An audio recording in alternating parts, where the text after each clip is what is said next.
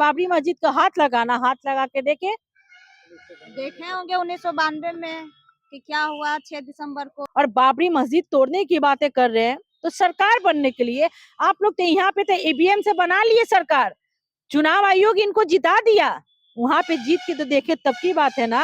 देश की बेटी क्यों जहन्नुम में जाएगी? जहन्नुम में तो जाना चाहिए गिरिराज सिंह को। ठीक है, ये हिजाब है, मेरा शौहर इजाजत देगा तो मैं ये हिजाब हटाऊंगी। अगर मेरा शौहर इजाजत नहीं देता है तो ये हिजाब नहीं हटा सकते हम। बताइए, अगर आप एयरपोर्ट पर जाते हैं, वोट डालने के लिए जाते, मैं अगर वोट डालने जा रही हूँ तो मेरा हिजाब है, मेरा मन मैं हटाऊं कि नहीं हटाऊं। लेकिन आपको पहचान कैसे होगा? अगर मैं एयरपोर्ट पे जाती हूँ, मेरा मन मैं अपने हाथ से ये हटाऊंगी तो ये मेरा मर्जी है। अगर ये हिजाब अगर आप ही खींचती है ना तो ये छेड़छाड़ हुआ। क्या आप मुसलमानों को बढ़ा दिए, आप आगे कर दिए, तो इसका मतलब क्या? जब चाहिएगा तब हिजाब हटा दीजिएगा, अब जब चाहिएगा तब घूंघट हटा दीजिएगा। कहने का मतलब ये है, कहने का मतलब ये है क्या पसमंदा मुसलमान को आगे अगर बढ़ाते हैं तो आपको जब मन करेगा तब आप हिजाब हटा दीजिएगा?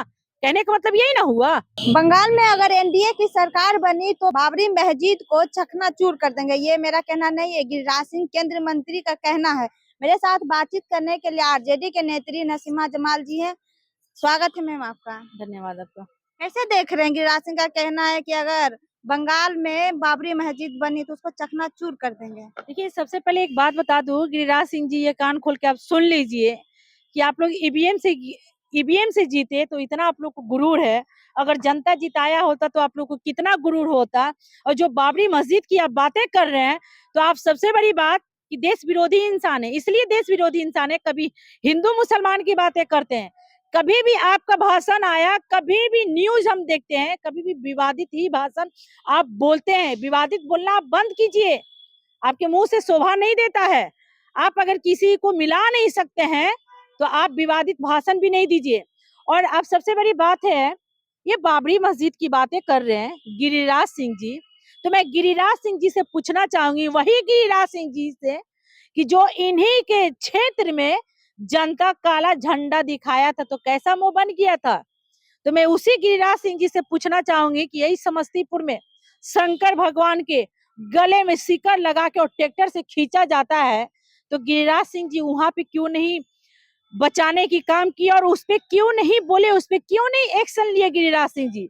और बाबरी मस्जिद तोड़ने की बातें कर रहे हैं। तो सरकार बनने के लिए आप लोग तो यहाँ पे तो ईवीएम से बना लिए सरकार, चुनाव आयोग इनको जिता दिया, वहां पे जीत के तो देखे तब की बात है ना।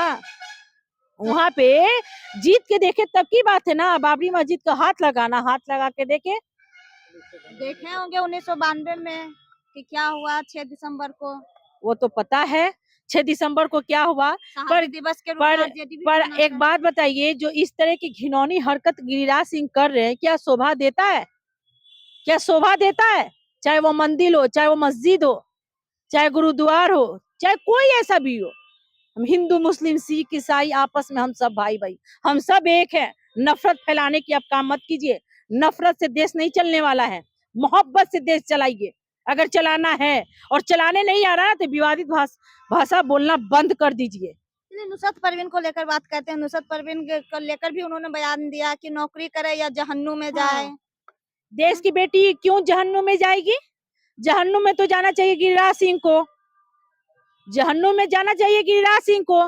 देश की बेटी क्यों जाएगी जहन्नुम में? आपका सोच, जो आपका घटिया सोच है ना, आपका सोच, और आप जाए जहन्नुम में, देश की बेटी नहीं जाएगी जहन्नुम में।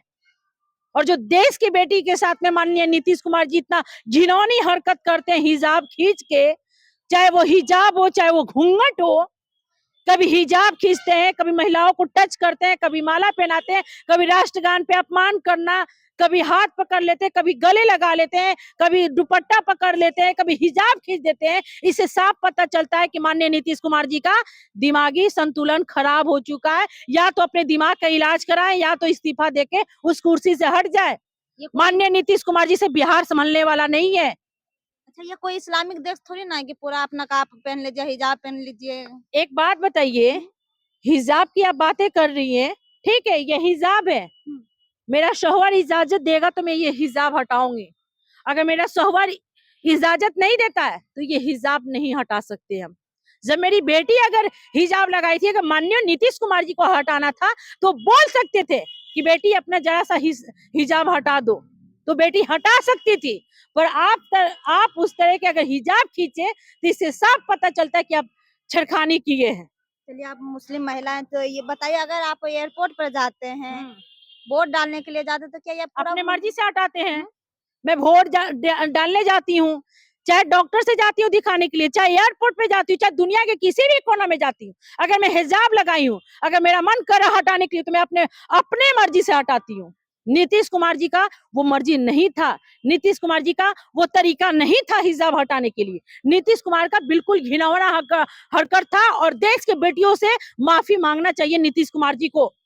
बिल्कुल शर्म आनी चाहिए। जो बिहार के मुख्यमंत्री अगर इस तरह की घिनौनी हरकत कर रहे तो आप सोचिए कि किससे इंसान उम्मीद रखेगा। जो बिहार के मुख्यमंत्री इस तरह कर रहे, क्या गलती कर दी है नीतीश कुमार? मैं अगर वोट देने जा रही हूँ, बेशक आपका कहना सही है, मैं अगर वोट डालने जा रही हूँ तो मेरा हिजाब है, मेरा मन, मैं हटाऊं कि नहीं हटाऊं। लेकिन आपको पहचान कैसे होगा? अगर मैं एयरपोर्ट पे जाती हूँ, मेरा मन, मैं अपने हाथ से ये हटाऊंगी तो ये मेरा मर्जी है। अगर ये हिजाब अगर आप ही खींचती है ना तो ये छेड़छाड़ हुआ। पहचान इस तरह कैसे हटाने होगा का मतलब आपको? नहीं है। आपको पहचान कराना था, आप बोल के हटवा लेती। नीतीश कुमार जी बोल देते हिजाब हटाने के लिए, नुसरत जी हटा लेती हिजाब। आप इस तरह के खींचने का मतलब क्या था? आप खुद सोचिए। कभी राष्ट्रगान पे ताली बजाने लगते हैं, कभी महिलाओं को टच करते हैं, कभी माला पहना देते हैं, कभी दुपट्टा पकड़ते हैं, कभी हाथ पकड़ते हैं। ये क्या तरीका है? क्या ये शोभा देता है नीतीश कुमार जी को, जो बिहार के मुख्यमंत्री हैं? क्या शोभा देता है? शराबबंदी करके पैगंबर जी के सपना सच कर दिए, और क्या चाहिए आप लोग को? शराबबंदी, फोन कीजिए, होम डिलीवरी घर पे आता है जी। कहाँ शराबबंदी है? शराबबंदी कहाँ है? फोन कीजिए घर पे आ जाता है। होम डिलीवरी कहाँ बंद है? हमको तो नहीं लगता कि शराबबंदी चारों तरफ है, बिल्कुल नहीं है। पसमानदा मुसलमान महिलाओं को संसद तक पहुंचा दी है नीतीश कुमार। मैं भी पसमानदा जाति से आती हूँ, जिस जाति को फकीर कहा जाता है, मैं भी पसमानदा हूँ। किस पसमानदा मुसलमानों को बढ़ाए आगे?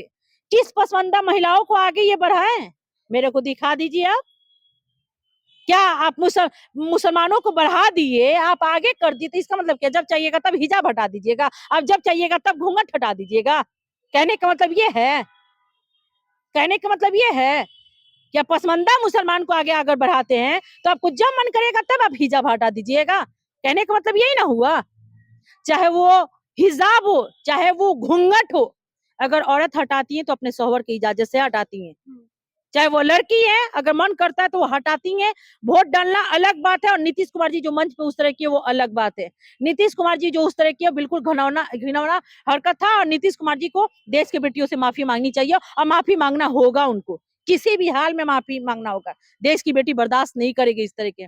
अगर देश की बेटियों के साथ में अपमान हो रहा है तो बेटी सहन नहीं करेगी, बर्दाश्त नहीं करेगी। चलिए, बहुत बहुत धन्यवाद मेरे साथ बातचीत करने के लिए आरजेडी के नेत्री नसीमा जमाल जी के। बाकी इस पूरी बातचीत पर आपकी क्या राय, कमेंट बॉक्स में जरूर बताइएगा। धन्यवाद।